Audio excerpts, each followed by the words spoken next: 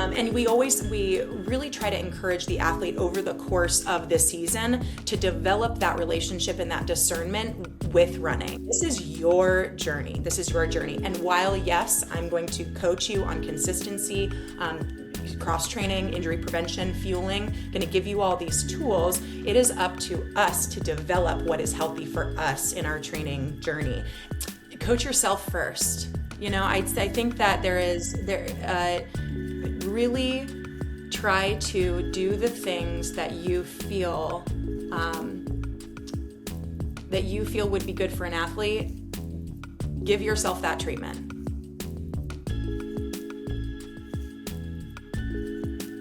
Welcome everyone to Safe Space Running, where we're here to encourage, empower, and enable. My guest today is nothing short but phenomenal. Hannah, who is the lead coach of MIT here in Fleet Feet, who also runs her own coaching services, Run with Moxie. I think I got it right. I'm pretty sure I did. My words aren't wording. It's Friday. It's before the holiday. But before I digress and start ranting, Hannah, how are you doing today? I'm so good. Thanks for asking. Feeling really ready and motivated for the new year, but first ready to take a big old break. Listen, I know you. I am. We are so just cooked is an understatement. I have been just exhausted. It's been a long year, which is good. It's been a good busy to say the least, but I'm excited to just take some time and just exist, if that makes any sense. Man, so my husband and I talk about those days like where existing is just great and the table stakes for the day, and we call it a bump day. We just want to be a bump in the log. Not a care in the world. It's a bump day. So I'm looking forward to many bump days leading up to this year. Yes. Who are you telling? So before I dig into the heart of the conversation, what do you have planned coming up? What is on your race schedule for, it looks like now, 2027? Oh, no, 2026. I'm time traveling. 2026. Right? So I'm one of those sad, unfortunate individuals that didn't get into the trail racing lotteries that I shot for. So I'm kind of sad about those. I was hoping to maybe jump back more heavily into the ultra scene next year. But I don't have a ton. I'm taking some athletes to Boston, so that'll be a great time. In April, and I'm really, really excited for the opportunity to do that and to, take a team that maybe wouldn't necessarily have gotten to go otherwise. So that's going to be really fun. And then I'll run Chicago. I'm doing 2 world majors next year. That was kind of an accident. Was just thought I was going to get into it with my Chris, and he didn't get in, and I got in. And I'm like, well, guess we're doing this. Well, yeah, that'll be fun. Fun, and then sprinkling local races in between. Oh, so. we gotta support the local ones. That's the same thing that happened to Sydney. I got in, Rose didn't. This is twice now that this happened now, so we're back to back. So hopefully next year, I feel like the cosmos will arrange to where she gets in and I don't. So as long as both of us get the experience, that'll be great. So you've got a pretty full docket. Congratulations on the team going to Boston as well. That's going to be really exciting. I'm shooting my shot here and there with a couple different, but that's another story in its own. Now, with that said, it's a perfect segue since you're taking a team to Boston. Here locally in Columbus, you are the head coach of the Marathoners in Training program here, which trains more than just marathoners. I know that it seems intimidating for those who are listening, but they do anything from your first mile to your 5K, 10K, half marathon, marathons. The whole gamut is under Hannah's leadership, so to speak. So Hannah, can you describe to us what that program is and what you enjoy from it? Absolutely, yes. So MIT, and we have 2 awesome programs that are for different types of athletes coming in and depending on where their journey with the sport is. So MIT is kind of like this, could be couch to half or couch to full marathon program, pretty encompassing. We do have an advanced training program that's for those seasoned athletes, those who are looking to up their volume, up their intensity and in a group setting. And then we have our 5K, 10K program, which is called No Boundaries. Just basically making sure there's no boundaries into entry to this sport, right? So we train from step 1 all the way up to 5K, then to 10K, then it's kind of like they feed into the half and full marathon program. Instagram. But yeah, the whole point of the program is you can show up day one as you are, and you will be met with a community that believes wholeheartedly that you already have everything you need inside of you to do this big, cool, amazing thing. Mm. And it's hard. I think there's so many ways that we limit ourselves, or we create these self-limiting beliefs about what is possible, right, for us and Yeah. ourselves. And so MIT and the group environment kind of takes that, the approach is show up day one, and we're gonna lead you from day one till race morning, to encourage you and train you, but mostly just help you believe in that thing from day one, that you've always had it, what it takes to do this big thing inside you, and it's proving it to yourself over the course of the season. So that is pretty much what we do at MIT. I mean, the logistics, we meet 36 weeks out of the year to train for two major Wow. races here in Mm. Columbus. Yeah, it's a lot. Every Wednesday, every Saturday morning, baby, we're out in the OT or Alum Creek Trail, or wherever you find us in Hilliard. We train together twice per week. So leading up to those races, and encourage each other along the way and make magic happen, mostly internally. Hopefully race day magic happens, but it's race day is just the celebration of everything that the athletes have built to that point, right? So Mhm. so that's MIT kind of in a nutshell. Awesome. Well, if you've ever ran, for those who are based in Columbus, if you ever ran on Tangi, there's a very good chance you've seen them on Saturday mornings. It's this huge swarm of people in different groups, and they're all super kind. I say that in the kindest of ways, but Yeah. it's always good to see. Now, as part of our coaching series that we've been doing, we've been talking about, people who are trying to enter into the coaching space and things like that. And there are multiple facets, and different people who respond to different styles of coaching. We've had a lot of people who do one-on-one coaching. I know people who prefer, the generic group plans, which again, to each their own. There's never a knock between one plan versus the other. But the one thing that's unique about MIT is it's like a hybrid of both, where you have the group, but then there's personalized things that goes for each of the individuals. So my question to you would be, from the community aspect of coaching, what are Mhm. some things that you really employ to your athletes? Again, it's not, you do one-on-one coaching too with those athletes still, but then you have a greater collective that's coming out there, 30, 40, 50, 60, maybe 100 people on different events who are coming out and are following, those structured plans in that case. How do Right. you tailor that to still be a community-based aspect, but also keep in mind the individuals that may come out from that, the individuals who are coming out and may need some more personalized, customizations or whatnot? Yeah, that's a great question. And I think it really does depend on the human, right? It depends on the athlete. What we try to provide the structure for. Really, MIT, I would say the majority of our athletes are either coming in on that very green to the sport, right? So they're pretty new.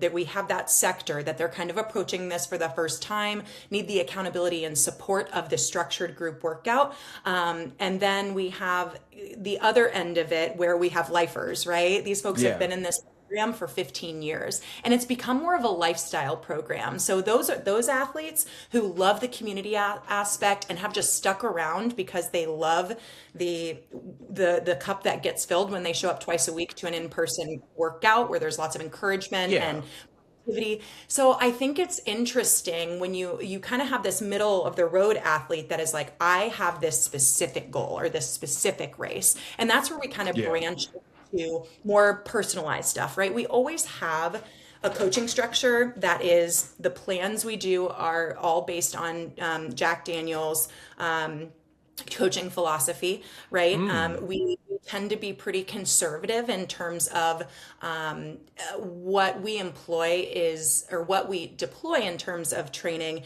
is very, very standard, right? There is nothing, of course, we're always talking about innovation in coaching or new coaching philosophies, but for the most part, it's a pretty set standard formula of how to go from A to B with these different races, and do it in a way that's healthy, do it in the way that supports our, our growth as athletes, and does it in a way that's sustainable over time.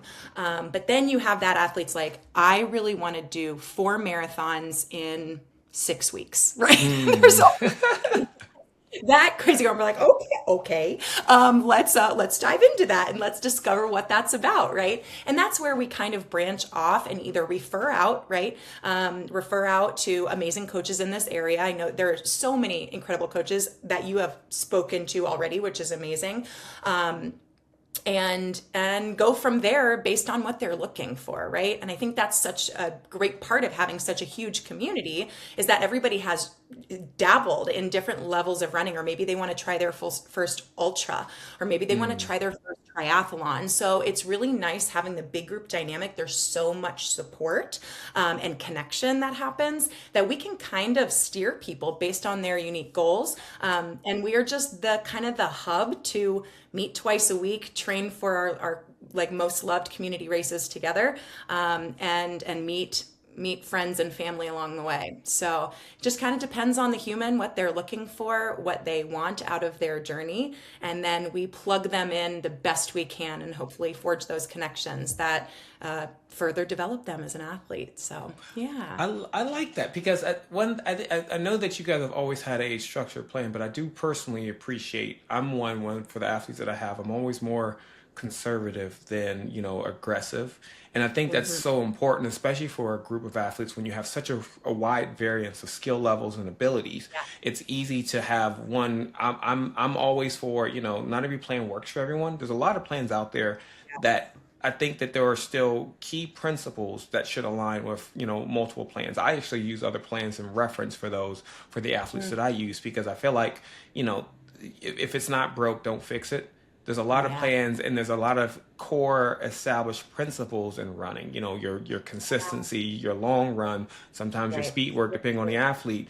All those are consistent and should be consistent across good plans. But I do like the fact that you guys can take the opportunity to go, and connect with others and collaborate for the success of the individual athlete if they have other goals and ambitions as part of that.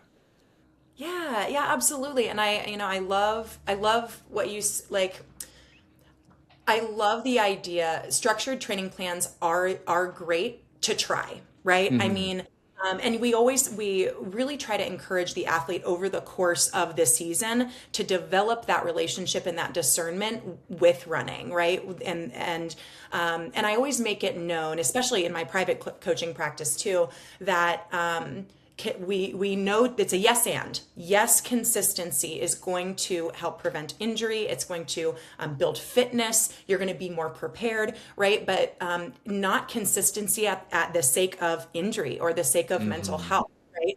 I tell athletes who approach a plan, maybe they're coming into running and they think they have to hit every single workout in this way according to the structured plan, but that is okay if we are realizing that doesn't work for them, right? If we do have levels that we do based on like mileage desire, right? So I give them an option for a beginner, an intermediate, and an experienced plan. So, and they're different mileage, or they have a little bit different flavor throughout the week for MIT. So there's a little bit of customization there.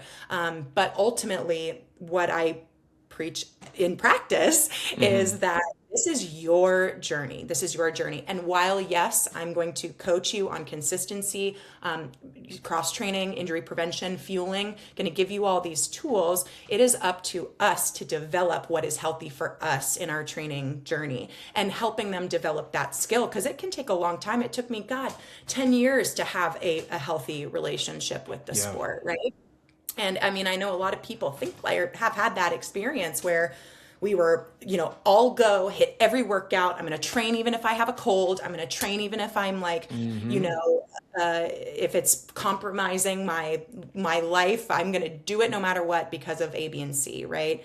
But at the end of the day, we have a responsibility as coaches to receive people with grace and compassion and help them develop those skills in themselves to become the best athlete and person along the way. So anyway. No, that's perfect, because I feel like there's a there's a benefit. This one thing, it's the old common quote, teach a man to fish. I don't know it verbatim, but you get where I'm Yeah, going with that. I think yeah, it's so yeah, important yeah. for coaches to be able to explain why, and then enable your athletes to be able to justify what they're doing and be able to make decisions based on their health instead of, again, a lot of plans can be, again, plans have their places, never a knock against that, but I think the beauty of coaching, teaching, the athlete itself what to look for, how to tailor it for their ability. If they're injured, they should know, that they probably shouldn't run if their knee is swelling up, or if they got a gangster lean to their walk, if they tripped over something, but there's a lot of Yes. times that gets missed, or that context is missed when you just follow the plan itself. But I like that you guys are going through and not only providing the plan, but providing the education for them to be successful, not only through that block, but after that block. So that's pretty cool, I have to say. And I think going into the last question I have for you, which is perfect for that. So again, the series is really around how to, for new coaches or people who are looking to do mentorship, coaching, and things like that. So with all of that, with the context that we've just spoke about, what would be one thing that you would share to someone who is trying to enter into the coaching space? One thing that you would suggest to them to get them through? Yeah. Oh my gosh, that's such a great question. Um, Coach yourself first. I think that really try to do the things that you feel would be good for an athlete. Give yourself that treatment, right? I think it's really important, and something that I've learned as I stepped into this coaching position with MIT 3 years ago, where I found that I was, I had this role of coaching these athletes, and it's a huge responsibility, and I found myself not exactly doing that in my own journey, right? And still having these things that I would do that I knew I would never tell an athlete to do. And I was having a relationship problem with the running, right? My relationship with running was broken. And it kind of flipped the switch. Something flipped the switch for me when I had a conversation with one of our volunteer pace coaches. About why I wasn't giving myself like the same grace that I am, telling our athletes to give themselves. And it was just such an interesting thing. So a light bulb moment. So the first thing I would say is to coach yourself and to really, I don't know, really find that place of stability with what, within yourself with the sport. So start there. Yeah. And the other thing too, starting the coaching journey, I would always encourage folks who are looking to coach for the first time, plug in and volunteer coaching or pacing somewhere there or at a run club, right? There are so many incredible opportunities in our community to plug in and support people from a volunteer side of things, right? Yeah. I think the people skills of coaching are really, really important. The hard skills can be found in a number of any of the running coaching philosophy Right. books, right?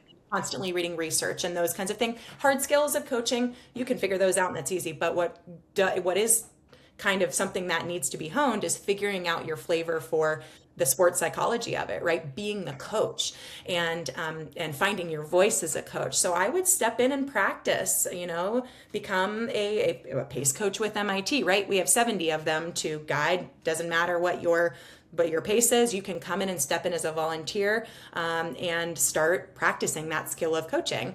Go to a run club and be a sweep, right? Really understand the pack.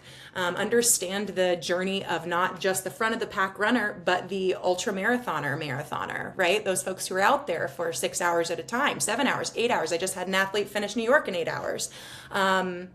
It is get to know every kind of runner out there, and then decide what your flavor is, and then move from there. So I think those are the two pieces of advice I would give is to coach yourself first, make sure that's healthy, make sure all those gears are working, and then practice what you preach out in the community and see if something clicks for you in terms of your community and what you're looking for and who you want to focus on. So yeah. I can't argue that. That makes perfect sense. I mean, speaking candidly, I've been having to tell myself the same thing. Coaching yourself is just more so understanding that, for one, the aspect of grace, and then the other aspect is, the expectation of we're coaches are oftentimes giving out plans and things like that. And we find ourselves in position to where, maybe I don't feel like this workout. Maybe I don't feel like that. But if we're expecting that from our athletes, or at least asking them to give, to put in what they can, the same thing as us for coaches have to lead by example. And that includes, again, doing the plans that we're set, because a lot of us are being coached ourselves or making our own plans, or, and not even but like also getting involved with the community, with those who are looking to run, and understanding. I like that you pointed out figuring out what your flavor is, because not every athlete is for you. We had a discussion in one of the other series like that too, and there's nothing wrong. Everyone's different. There's different shoes that fit for different people, different clothes.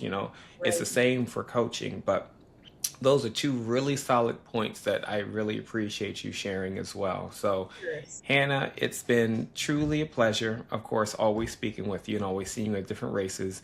And I want to personally thank you for all that you do for the community. Again, not just with MIT, but you're everywhere, and you do a lot for the Columbus community. The Columbus community, again, it's Friday, my words aren't wording, but for us here, whether it be for those who are fast or those who just want to take a step out, you've always been a friendly face and a friendly guide, a welcoming voice for those in the crowd looking for answers. So from the bottom of my heart, I'm sure the rest of the Columbus community would say the same. Thank you for all that you do. Oh, thank you. Thank you. That's really sweet. And I mean, I love it here. And we want people to move together, get outside. Movement and community makes us better, right? So I will do anything that I can to be that person in that space and shout that message. So thank you for being a part of this and championing that message, and for creating Safe Space Running. It's incredible, and I'm really excited for the movement and the positive energy that these types of projects put out there, especially now. So thank you. No, we're, like I said, we're all in the same thing. We all are just here to have people move healthy. So I'm sure we'll see each other out in the course, if not at one of the different activities and such too. But thank you again so much for your time. Thanks so much, Chris. Happy holidays. Yes, happy holidays. That's right. Thank you again.